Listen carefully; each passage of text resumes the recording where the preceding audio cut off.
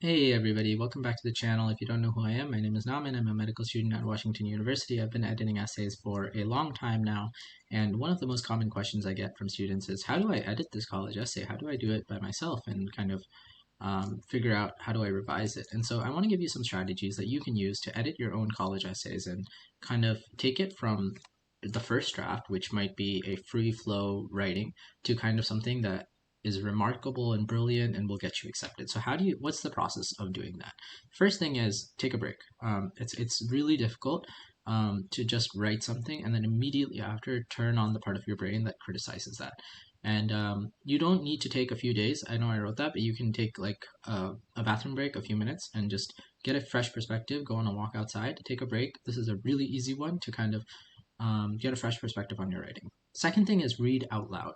And when you read out loud and read really loudly and read really slowly and kind of see whether the essay flows, whether it conveys your message, and see whether it's awkward for you to read it out loud. If it's not awkward, then it's good story. It's a good voice. It sounds like a normal person writing it. If it's pretty awkward, like there's weird vocabulary, there's weird um, tone and rhythm and all those things, those are something that, when I'm editing essays, something I always do is read it out loud. The first thing I do is take 5 minutes and read out loud the whole essay, and then I pay attention to my voice and my tone and my rhythm.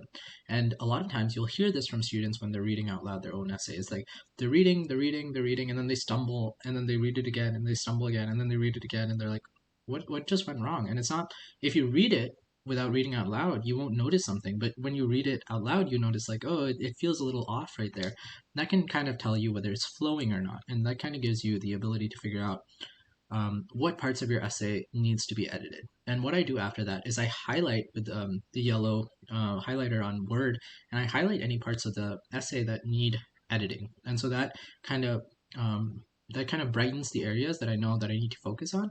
So the first revision or first editing revision I'm doing is actually just highlighting parts where I think that need improvement stylistically, and that helps me figure out, well, what do I need to improve. Okay, the next thing is use something like Grammarly or Hemingway, the free version, and figure out if you have any grammar, spelling, punctuation mistakes. Those are really easy to find, and you don't want to have some sort of mistake in your essay.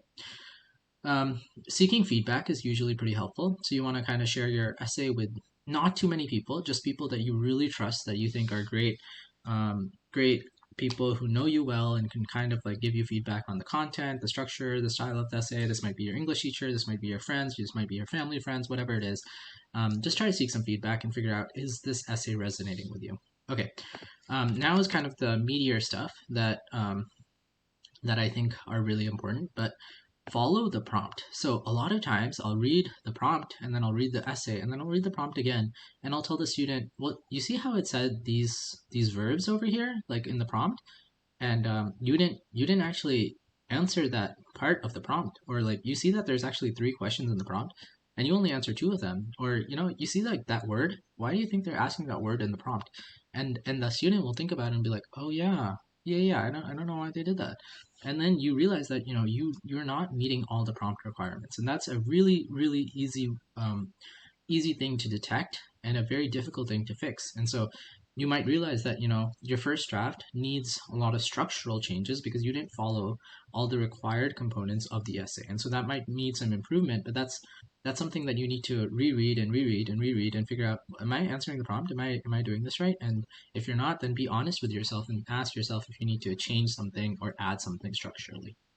Okay, the next thing is remove unnecessary details. And so this is actually something that I want to kind of hone in on. I want to spend a minute on this because this is basically when I'm editing an essay and kind of trying to make it really good. This is kind of the big job that I have, which is removing unnecessary details. I once read an essay from this really brilliant writer who was kind of writing about um, how his early love for chocolate was kind of pivotal toward his development. And it was really well written, but there were so many unnecessary details. And it was kind of like, oh, my brother was in the chocolate shop and he was wandering, and I saw this and I saw that, and this was the chocolate. And, it was a really well written essay, but there were a lot of unnecessary details. And then I told him, and we kind of fixed it, and we went through several revisions. But the question was, well, how did you know that it was an unnecessary detail? And how do you know that what is important and what is not important, because a lot of times we'll write a lot and we'll think, okay, that is really important, that is critical to the story, and some things are not critical, and how do you tell the difference? And my answer is, if I removed this sentence or I removed this phrase from your essay, would that would that would I learn less about you? Would I feel like I missed out on something? And so a story, that's the reason why people love telling stories and love reading stories in college essays, is because if you remove a paragraph from your essay, that removes an entire part of your story, right? But if you are telling lists and you are telling you're telling lists and you're telling details, and I could remove a detail or I could remove a part of the list, and I wouldn't feel like I learned any less about you, then that is an unnecessary detail. So again, how do I figure out if it's an unnecessary detail? If I remove it, um, does it detract from the essay? Do I learn less about you as a result of removing the detail? If I do learn less about you, then keep that in there and don't remove it. If I feel like there's nothing lost by removing that sentence or removing that paragraph, remove it. And your essays for college applications have to be absolutely like every single paragraph has to count, every single sentence has to count. It shouldn't be like you can remove a sentence and nothing changes. Every single sentence should be contributing to the overall story, to the overall personality, to the voice, to everything, right? There should be a reason why every sentence is there. If there's not, then you remove that sentence. And that's kind of like the big star that I have for this video, is if you forget everything I told you, remember that this is kind of like a holy grail to making your essay way better. Okay? All right. Next one is focus on the message. So a lot of times we'll kind of write a lot, and this happens when I'm watching TV shows too. But we write a lot, and then we're like, well, what was the point of that? Why did I watch that? Why did I read that? And so you want to kind of focus on this message that you're delivering, which is, what is the moral of the story? What is your growth? What is the lesson that you learned through the story, through the experience, through the moments that you had?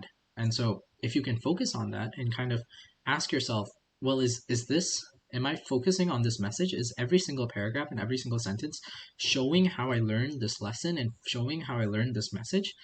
Or is it kind of like, whimsy, wobbly, and I'm not really learning something? And if that's true, then again, you need to focus on the message. This is another star thing that, if a student gives me an essay, that's kind of like, you need to focus on the message. You need to figure out what is the message, and you need to focus on it. You need to make sure that every single thing is contributing to that message. Okay. Again, off the kind of remove unnecessary details is edit for clarity and conciseness. A big problem with people writing these essays is they think that you have to be really, really verbose and language heavy, vocabulary heavy. And the truth is, for these essays, you want to be clear and concise. You want to make sure that every single sentence is really easy to read. Nobody has any trouble reading it. You want to make sure that it's easy for the reader to kind of gain the lesson, and the good writing comes from what you're saying, not how you're saying it, because that's what good writing is. If you're saying it well, if you're saying it clearly and you're saying something really interesting, that's a good story. Okay. Check formatting, CommonApp kind of handles this for you, so it's not a big deal. And the last thing is proofread. So you want to make sure that it's ready before submission. One of my friends made a mistake where he used the wrong college name for his essay, submitting to MIT, and he used Carnegie Mellon, something like that. And so obviously that's going to be screened out. You kind of want to make sure that there's no errors like that and that you're ready for submission. So I hope that this was helpful in kind of figuring out how you can edit your own college essays and how you can take it from a first draft to kind of a completed, amazing draft. And if you have any questions, I'll be happy to answer them in the comments down below. If otherwise, I'll see you in the next video. Thanks, everybody. See you in the next video. Bye.